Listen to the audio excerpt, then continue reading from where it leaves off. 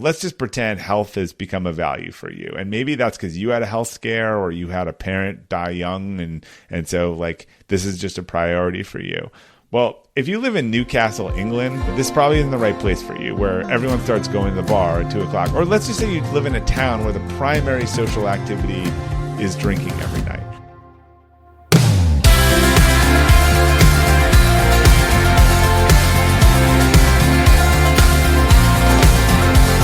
What would happen if we just told the truth? Welcome to TruthWorks, where we dig into the nitty-gritty of leadership and work. And what needs to change. I'm Jessica Neal. And I'm Patty McCord. Our journey together started in HR, but trust us, it's evolved into something wild, honest, and well, a bit rebellious. So throw out the handbook. We're here to redefine rules to work for us, not against us. Let's dive into another episode. Okay. Hi, everyone. Welcome to another episode of TruthWorks. I'm Jessica Neal, and I'm your host. I'm still minus Patty. We miss you, Patty. Come back. We love you. But we have an old friend of the family. He's been on the show before. His name is Robert Glazer. He has a new book that we're going to talk about. But many of you probably know the book we talked about last time, which was The 2-Week Notice, which, by the way, Robert, ever since I read that book and we had that conversation, because I go and I advise companies, I coach them. I'm like, can you just start out doing this? Like, make it normal, make it easy to say goodbye. Like, I don't know why we make it so hard. Anyways, but that's not why you're here. The line that, since that book, the line that's sort of codified for me is that we treat the end of a professional relationship more like a romantic relationship than a sports contract, where, it's just a 2-year deal and it's over and people want to do different things, and that's totally fine. I know. I mean, at Netflix, we were like, we're a sports team. You're going to, at some point you get traded. We need better offense than we do defense.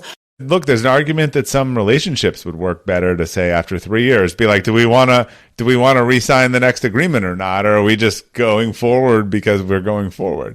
Yes, we had a woman on the show a while ago, Joanne Lublis, and she and her husband, like back in the 70s, did a contract. Like, we'll do this for your career. We'll do this for my career. And I was like, that's brilliant. I don't know why I didn't think about some of those things, but too late for me. Yeah. Well, I'm 18 years in, You've signed the lifetime agreement. So that's right. That's right. Okay. Well, listen. Okay. Remind everybody who you are, and what you do. And then let's get into the new book and tell us the title and tell us how it all came about. I'm excited about it because this one, it's similar. There's like elements from 2-Week Notice that are in this, but I'm excited to kind of unpack the differences. Sure. So I have started a few different companies, the largest of which is called Acceleration Partners. It's a global partner marketing agency, over 300 people. I've since moved into the board and executive chairman role. I've spent a lot of time. Yeah. Was that the case last time? Yeah, that was the case last time too. Okay.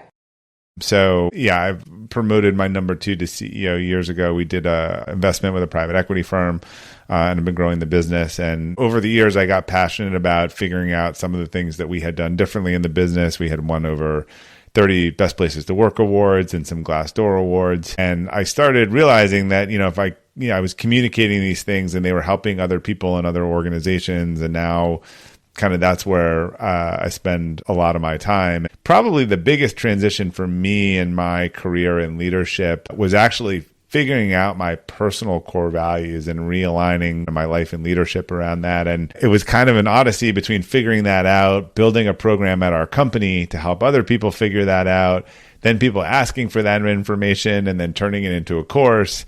And then having a lot of people say that this course was super impactful on me, and actually, like, I've made different decisions now, and then thinking, okay, well, how do I get this to more people? Because a lot of people just don't do courses, right? And I thought about writing a book, and I had this like vision or this nightmare of this book called like On Values in Barnes and Nobles, and everyone walks by it and no one wants to read a book on values.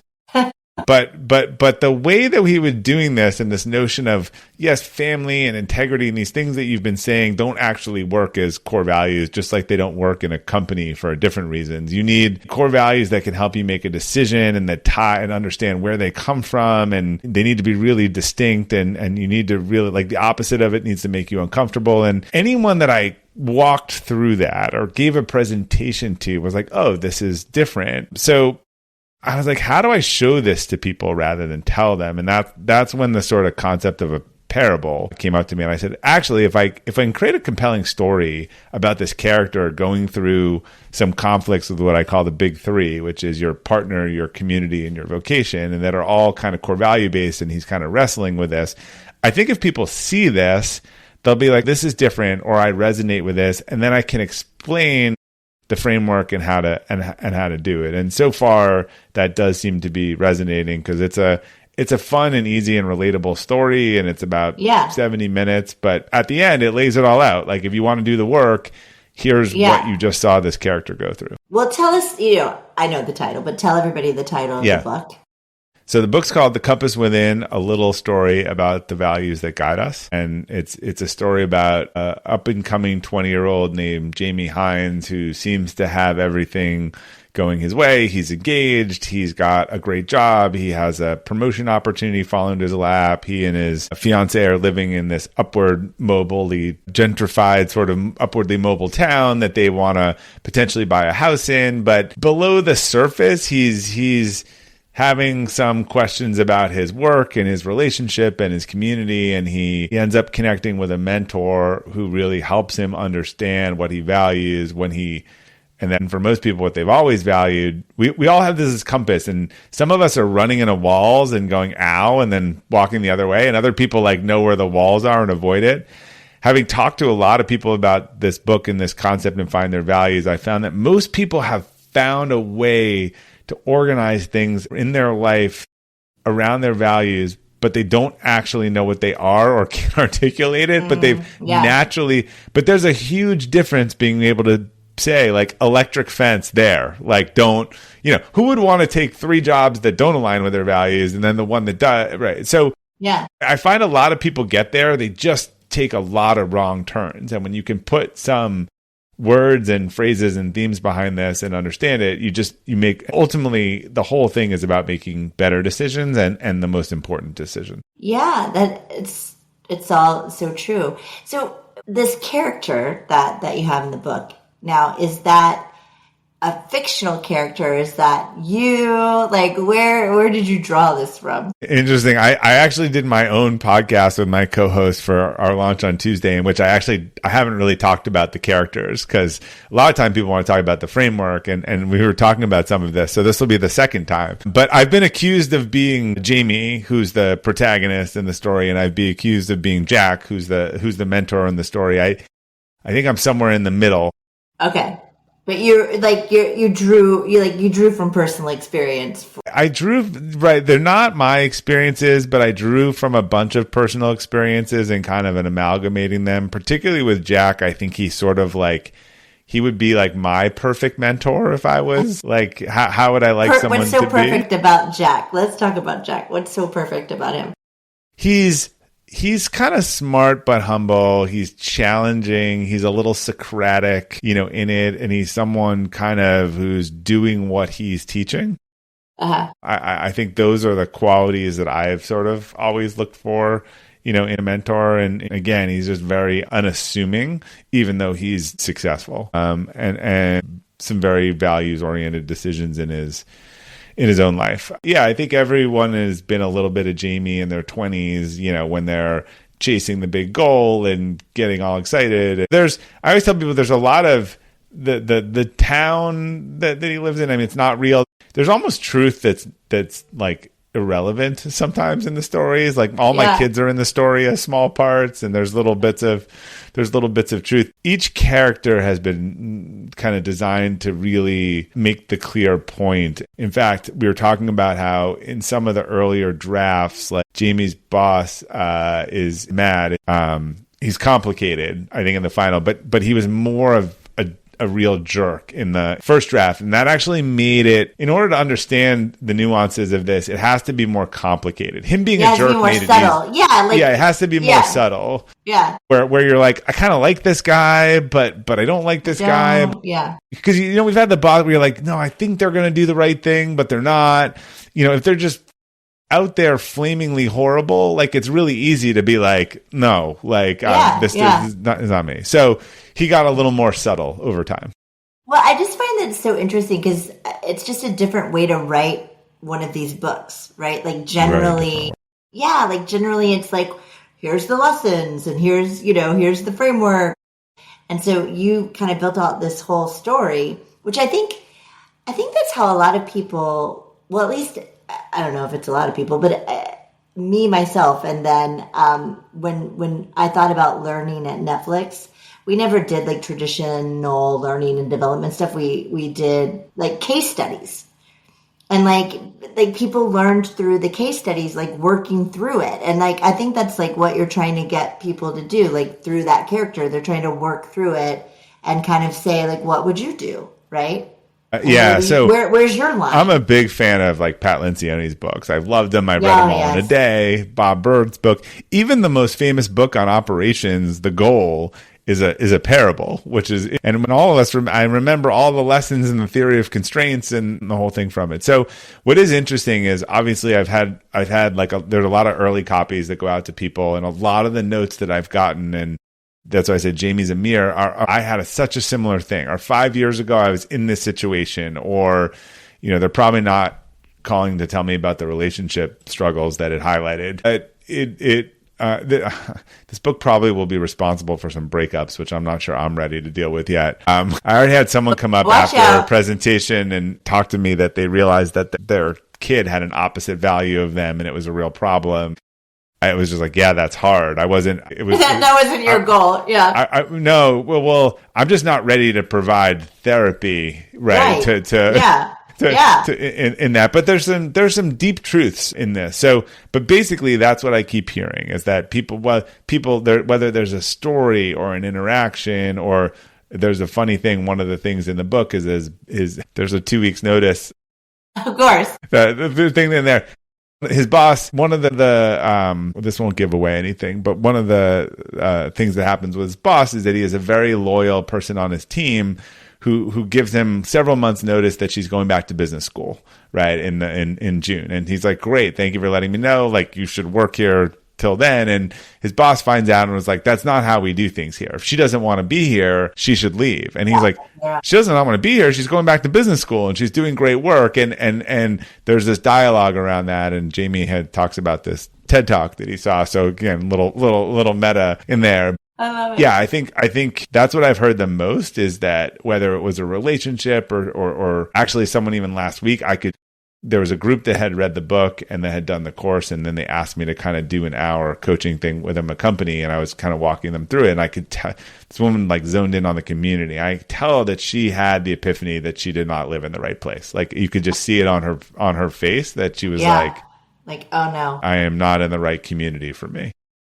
Yeah, but I think, even that concept of like community as well as professional, right? Like those all matter. Personal, professional, community. I think the community, and it's defined a few different ways, right? It could be your town, it could be your neighborhood, it could be the organizations where you spend the most time, right? The people around you. Your if you friends. believe you're the average of the 5 people, you spend the most time with. I think it's the one people forget the most, where, if you're constantly asked to do things that, let's just pretend health has become a value for you. And maybe that's because you had a health scare or you had a parent die young. And so like, this is just a priority for you. Well, if you live in Newcastle, England, this probably isn't the right place for you, where everyone starts going to the bar at 2:00. Or let's just say you live in a town where the primary social activity is drinking every night, right? Mm. You are either going to, there's 3 choices, or sort of 2, but you're either going to go and drink and feel bad about yourself, or not drink and be like, why am I at the bar? Right, like, I don't want to be here. Or you're not going to go and feel on the outside of whatever kind of the activity is. If that's really important to you, you should move to Boulder, where all night you can do things and play around, and socialization has nothing to do with things that are unhealthy. Similarly, if you're someone who has a value of include all perspectives and you like talking to different people and hearing different things, you probably don't want to live in one of these towns where you can tell, like, as it comes out to voting, like, you better have one sign or another in your yard, right? Like, that's not a great place for a centrist, or someone who doesn't want to be really entrenched in different political viewpoints. So these communities, like, operating outside of the things that you want to be doing is inherently energy draining, right? So, and I think a lot of us that's the one we forget about the most. Like, are we spending time with people who share our values and are doing the same sort of things that we want to be doing? Yeah. So how did you come up with the frame? Like, how did you come up with the framework? How did you, I mean, obviously there's the story and how you get people there, but how did you know this? So yeah, this is a 10-year odyssey. Okay. So in 2013, I went to a pretty intensive leadership program where I thought, and I was right at the right inflection point for my company. Like Aspen, or like no, it was done by EO with like 25 people from around the world, but modeled after, it was like a 5-day pretty intensive leadership training with like 25 people from all around the world. And I thought, great, I'm going to learn all these tactics and how to be a better leader. And I described the first couple of days as a big mirror, Jessica. Like, who is Jessica? What do you care about? What do you value? And how are you going to like figure out how to lead from that authentically? And what I came away from that realizing was, I think I have pretty deeply held core values. And I think it's probably why I'm frustrated about some of the things I'm doing. But I really totally can't articulate what they are, other than I'd probably do the things everyone else does: integrity, family. And we can talk about why those are not good core values later. Okay. Yeah. And so after this retreat, I became pretty determined to figure this out. And I went online, I did some research, and there's just a bunch of crap. Like, most things, programs or whatever, give you a list of keywords and tell you to pick them. Yeah. And I just didn't find that super helpful. And so I ended up building a process. I came up with 5 what I thought were pretty differentiated core values that were very kind of action oriented. And those were to find a better way, health and vitality, self-reliance, respectful authenticity, which directly led to the 2 weeks notice work, and then long-term orientation. Again, they don't sound like anything. They're distinct. They're different. You could make decisions on them. The opposite of them are very frustrating to me. And I kind of started aligning my life around them, and I just saw a ton of changes. We started basically, our company was growing really fast, and we started kind of a leadership academy program on our company where we would take 10 of our up-and-coming leaders every year. And I was like, I'm going to do this core value thing with them. We did the why and the core value, and they're like, what? They thought we were going to do company core value stuff. And I was like, look, I don't think you can be a level 5 kind of Jim Collins, like authentic leader if you're not clear about yourself. And the more I talked to people and the more I did this work, I found that, well, where does that come from? It's always deep. It's deep, formative childhood experiences that people are either doubling down on something that was really meaningful to them, or they, more often than not, they're running in the other direction. They're shoving something down deep inside them. And this is like their operating system as a 40-year-old. So we did 5 or 6 classes of 10 people. We'd help them figure out their values. They would go back to their teams. They would communicate it. And it was like great outcomes. And about the same time, I wrote my first kind of non-marketing book, Elevate, and I talked about spiritual, intellectual, physical, and emotional capacity. And spiritual capacity was about figuring out your core values. So at the time, people were like, well, great, I want to do that. And I'd be like, well, you could check out this website or this keyword. I'm like, you can't take the program that I'm teaching my company. Like, it's not really, I don't know how to give it to you. And so people wanted like the quick checklist. Right. And unfortunately, just tell me what to do. Yeah. Maybe there's an assessment at some point, but there's not an assessment right now. And so I was like, why don't I turn this into a course? We've now done 5 or 6 classes that works pretty well. And I had figured out some formulas and frameworks to both figure out the core value, test it, and then make sure. And part of the testing was like, can you make a decision on it? Do we understand where it came from? Can we connect to kind of where it's from? Because they don't come out of nowhere. And that helps you know that, it's important. And a couple thousand people took the course and have had great results. And so that gets me kind of to the beginning of, I was like, oh, I want to get this to more people. A lot of people won't go to a course, so I want to write a book. Right. But I'm just not sure anyone's going to want to read a book on values. So I need a different angle. Well, I think you found it. I mean, I don't know. I think it's really different and exciting. And I think all the things that you put in the book are super helpful and useful. You know, at Netflix, we used to send, and the reason why I mentioned Aspen is we used to send all of our executives to Aspen Institute. Yeah. And we did that. We started doing that because we believed if we could better the person from a values-based perspective, not get them better, you know, at the strategic You're business. singing my song. Yeah, holistically better. The business benefits, and then they're better parents and kids and spouses and yeah. And so then we ended up building out, we hired the person that ran the Aspen Institute, and then we built it at Netflix. But I mean, you know, we were reading things that really had you grapple with where your line was. Where are you on that line, right, of ethics and society? And, you know, we're reading like, you know, the letter of Birmingham jail and, you know, Margaret Thatcher and you really had to think. And it wasn't thinking about Netflix. It was thinking about your values. And it really paid off for us. My answer now is that people lead from their values. The difference is whether they're driving the steering wheel or the person who's doing driver's ed has the steering wheel and is driving the car all over the road. And you're like, why is it going here? Yeah. So here's an example I like to give a lot and how it plays out in different situations. Let's say you have a core value that incorporates trust, like build trusting relationships. I've done this work for like 10 years now. I can tell you, if you told me that or it was coming up, I'd say, Jessica, I'm going to ask you a question. You don't have to answer and tell me what, but was there a violation of trust at some point in your life and when you were younger? 9.5 out of 10 times that person will have a tear well up or turn a little ashen or otherwise, because that's a very specific thing.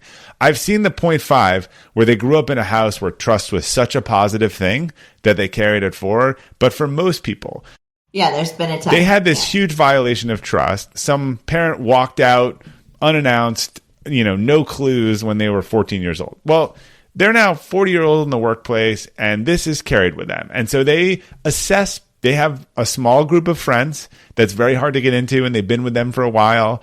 By the way, if those friends, and you've asked these people, if someone violates your trust, does it matter what they did, or are they dead to you? These people will be like, they're dead to me, right? And I always say, like, if their partner cheats on them, like, there's no coming back.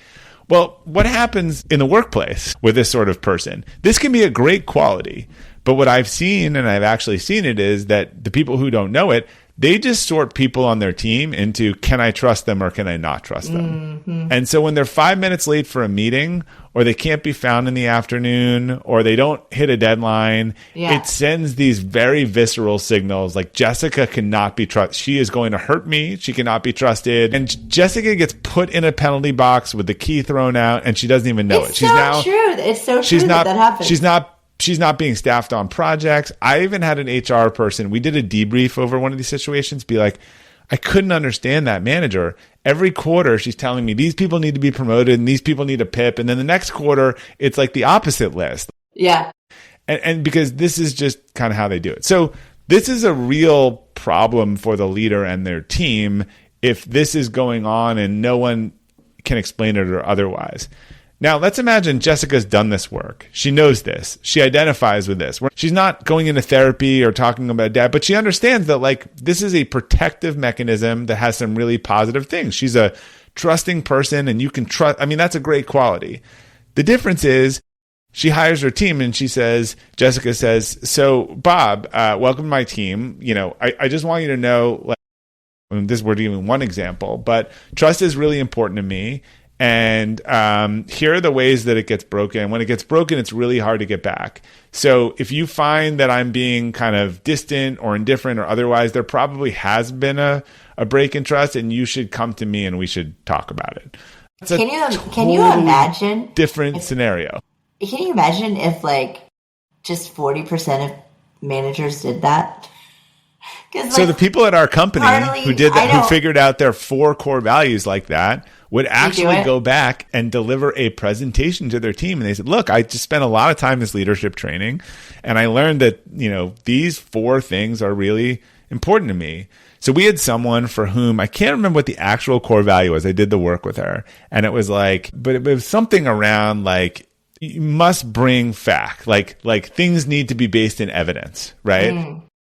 And so if you were on her team and you kind of brought a theory or a hunch or something like that, it didn't work. She was like, no. And so I got this person to get into this story. Now, why do you think someone who needs things to be proven and evidence-based would have that orientation? Just throw a guess out there. Trust, I guess, similar. Yeah. Similar. That's my guess. She had a parent who was basically a conspiracy theorist. And so there you go. Her whole life, they don't trust anybody. With less trust, trust would be the person broke my trust. But in this case, it wasn't trust because they didn't necessarily lie to them. Right. They said a lot of things in their life that when they got old enough, they realized they weren't true. And so what sets in the quickcrete at that point is I'm not going to believe things unless there is evidence-based thing That's behind fascinating. them. Oh my gosh. So imagine the difference between someone who's always getting frustrated at their team and doesn't know why, and someone who can articulate that and say to their team, look, I'm here to support you and I'm here to support your new idea and stuff, but I need data and facts. Yeah. I mean, but it's so healthy. I learned in my leadership career to tell people about me, right? Here's how I work. Here's how I like to work. Here's what you can expect from me. And here's what I would like from you. But let me know those things that are uncomfortable for you. Let me know what, and it was just always so much better because we were both clear on what we were going to do. And there wasn't that sort of I have to put them in a penalty box for a week because they pissed me off about X, Y, and Z. And you didn't even know you're doing it. The way you could take this trust one further is let's pretend that I'm the trust person. I've got someone on my team and they're coming late to work all of a sudden. And so I haven't had this discussion and I don't know this. And I'm like, see, this person, they are just unreliable and I'm getting super frustrated and pretty soon they're going to be on a PIP. They're going to be out of here. Well, if I had said to that person, and we'll call this person Jack in this case, he got my trust speech. Jack, it's really important. I give trustworthy. You talk to me again, no, see, Jack comes to me and I'm like, what's going on, Jack? You've been late, all this week. And he's like, look, I'm really sorry. I'm not telling anyone this, but I'm temporarily separated from my partner and I'm living in a hotel and I'm taking my kid to school. And so it's just taking longer. Well, now as someone who had told you that I was trusted and you trusted me with that story, I was probably firing you. No, I'm not. Before, and now I'm let me help you, right? So it's the ultimate managing up and knowing what is most important to your boss, because that wasn't just a line or that wasn't something they said. If you really communicate that information in that way, I don't know a lot of people who say it's all about trust and whatever, and then you tell them something and they blow it up. But that has to be a really diabolical person. Yeah. I've seen this with self-awareness. I've seen this with other things, but they actually just went back to their team and they kind of were psyched. They're like, let me tell you about me. Yeah. And it's liberating because it's not performative. It's who you actually are. Right. And I think as leaders, sometimes you think you have to have all the answers and you think, you're sort of put on a pedestal to be this, perfect person, and you're not. And I think when you let that guard down and you get vulnerable with your team, it just goes such a long way. And they appreciate it and they see you as a human. Yeah. I mean, I've seen people with core values of include all perspectives. Again, if we spend 10 minutes digging into that, why does someone have that? Because they weren't heard or they were shut down. But it's important for them to be look, on my team, everyone gets to be heard. Yeah. I'm thinking about this guy that I coach, and I'm like, that's maybe why. That's maybe why. Okay, well, you talked about like why family integrity, those are not great values. Yeah. Let's talk about that. Like why aren't, because I don't know, you kind of go to every company or you look at like any type of value thing and they're kind of all the same. On the wall. Yeah. But then you find the 1 or 2% of companies like Netflix that says we're a team, not a family, and it sounds different, right? And I think the problem is we only have the examples of the 2% that do it really well and not the 80% that love the wall art. Yeah. But let's define, I think it helps, like, so core values are the non-negotiable principles that guide your behaviors and actions. Similar for a company and individual. They're intrinsic, not aspirational. So they kind of reflect who you are and probably who you've been. They're consistent, and then they show up in all areas of your life. And they're clarifying. They might help you make those better choices about who to spend time with, what work to do, where to live, etc. So to me, a core value has to be something that you can make a decision on. That's the ultimate, or sort of objectively say, I'm doing this or not doing this.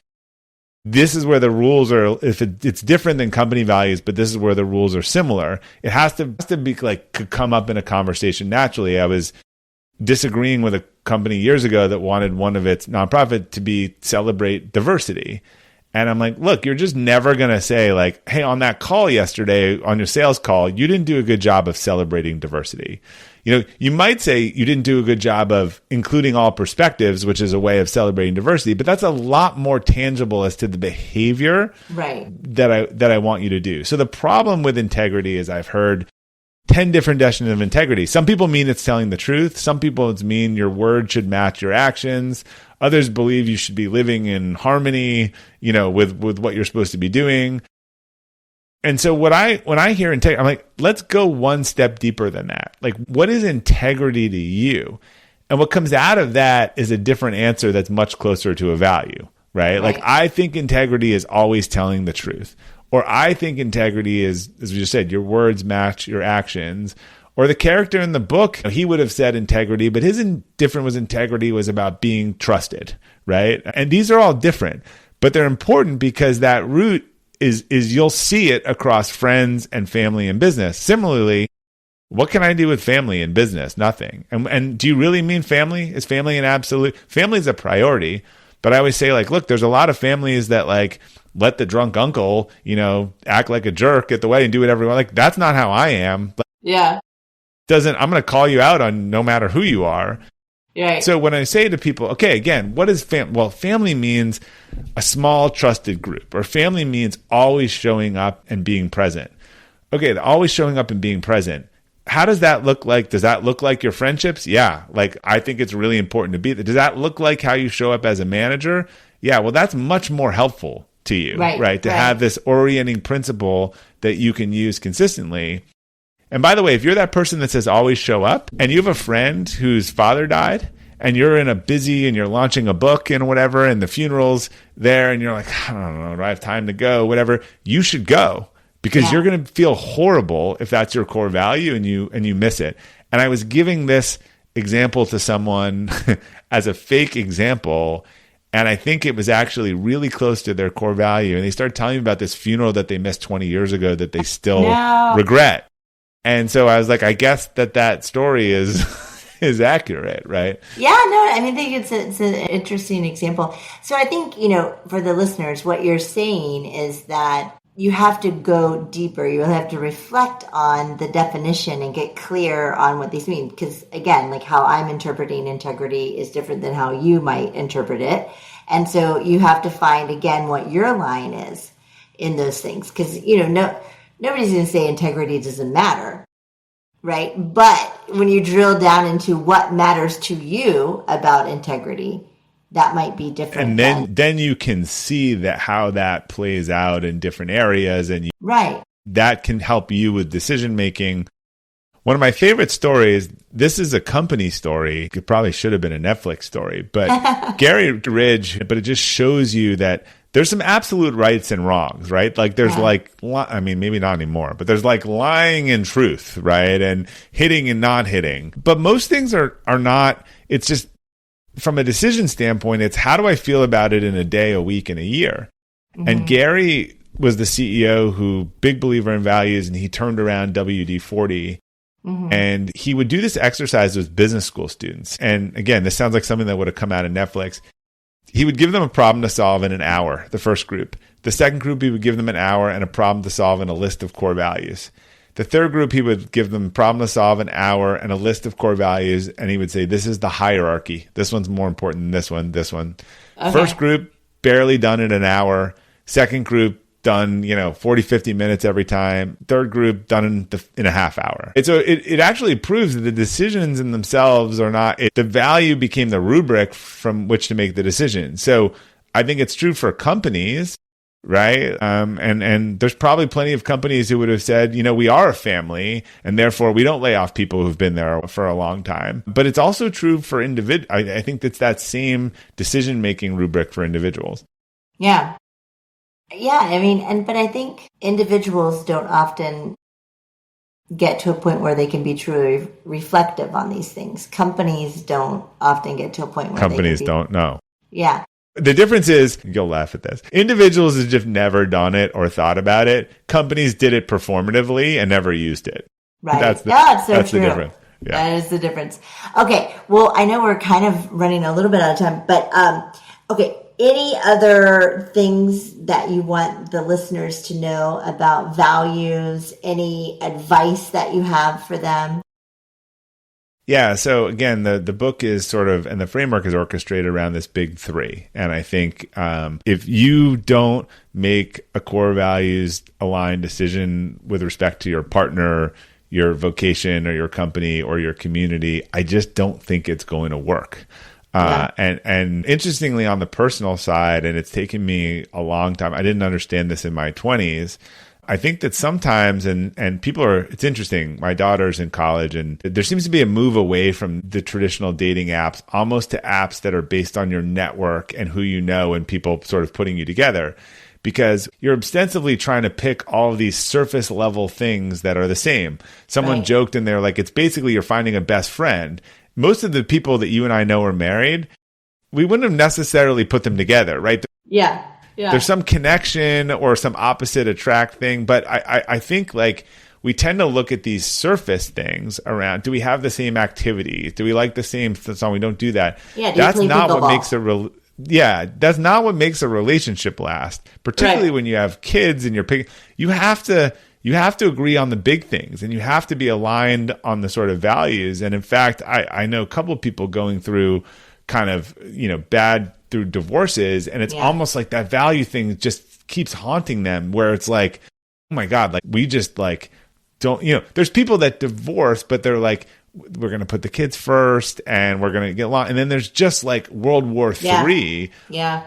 And I think like That's those so were just, true. Yeah. Those are ones where they're just, it even became more clear that they didn't have the same values, because in trying to undo it, they don't agree at all on this very important thing on how to create harmony or peace. So I think it's an interesting way to look at thinking about, I think both ways. I think there's people that may be in a really strong relationship where they were sort of maybe looking at a lot of surface level things that were off, or the inverse where, hey, like, yeah, that was fun for the first week. We like to play tennis and all this stuff, but we just... Now I need something more. Yeah. You're running a Mac operating system. I'm running a PC. Like it doesn't run the same hardware. Imagine two people. Apple, you're Android. Two people are in a relationship, and one I know we have to go. I won't get deep, but one we really got one believes, more thing to do. Yeah, lives for today, and the other is really a planner and wants to focus on tomorrow.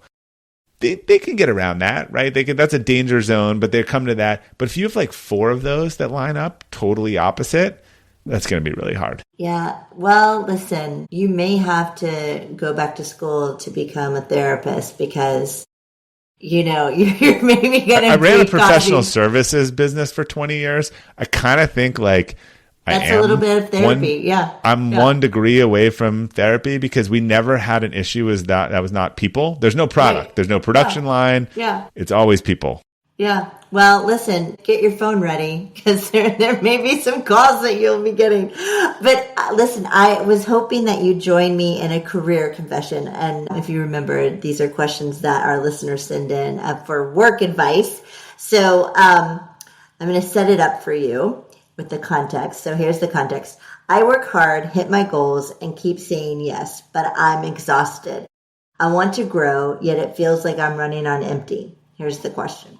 How can I rebuild my energy and motivation without burning out and start performing at a higher level that actually feels sustainable? I mean, not look, I would have answered this, either way with this, but burnout is not more work in my experience. It is doing things that don't align to your values and don't fulfill you, right? Exactly. When we're working on stuff. Then you might, yeah, keep going. No, I say when you're working on something that is, the stuff that you'd go do for 8 hours, like in the middle of the night, because you're just sort of into it, versus the other thing for half an hour feels like torture. So what I hear in this person's question is, there are a lot of extrinsic things. There are goals, things I should be doing, things I should be wanting, things other people are telling me, and it's burning me out.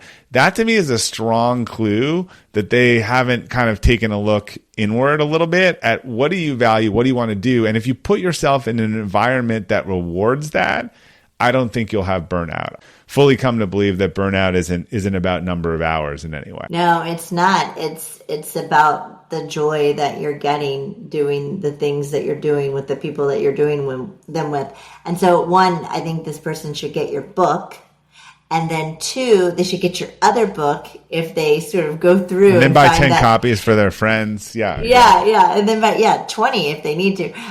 And then they might need, the book 2 week notice, the other book, because they might find that their values don't align, and then they can read that book and figure out how to transition out. Well, the only problem with that is that it's hard to execute that in a company that doesn't support it, right? So that's true, but they can still have a little bit of grace around it. Yes. I actually advise when people tell me, what do I do when I realize my values aren't aligned with the place I work? What I advise them to do is what I try to tell companies to avoid, which is you should quit and stay. You should basically be like, look, because we all can't be Jerry Maguire and drop the mic and walk out. We got bills to pay. But the minute you say, look, I'm going to leave Acme Corp, and because it doesn't align with my values and I'm going to start looking for something else, you feel inherently freer. Yeah, it's true. It's true. Listen, I love your books. I love your stuff. It resonates so much with me. I always have fun when we talk. I hope you're going to write another book. I have, but it's going to be a few years. It's a different twist, but this one has worn me out. But so it'll be a couple years. I feel like you're up for like a nonfiction. Like I feel like, you need to do like a nonfiction kind of thing. I'll be back to nonfiction for the next one. I think so. But thank you so much for coming on again, and thank you for writing great books that we all can use. Thank you for having me, and always enjoy chatting with you. Yeah. Thanks for listening to TruthWorks.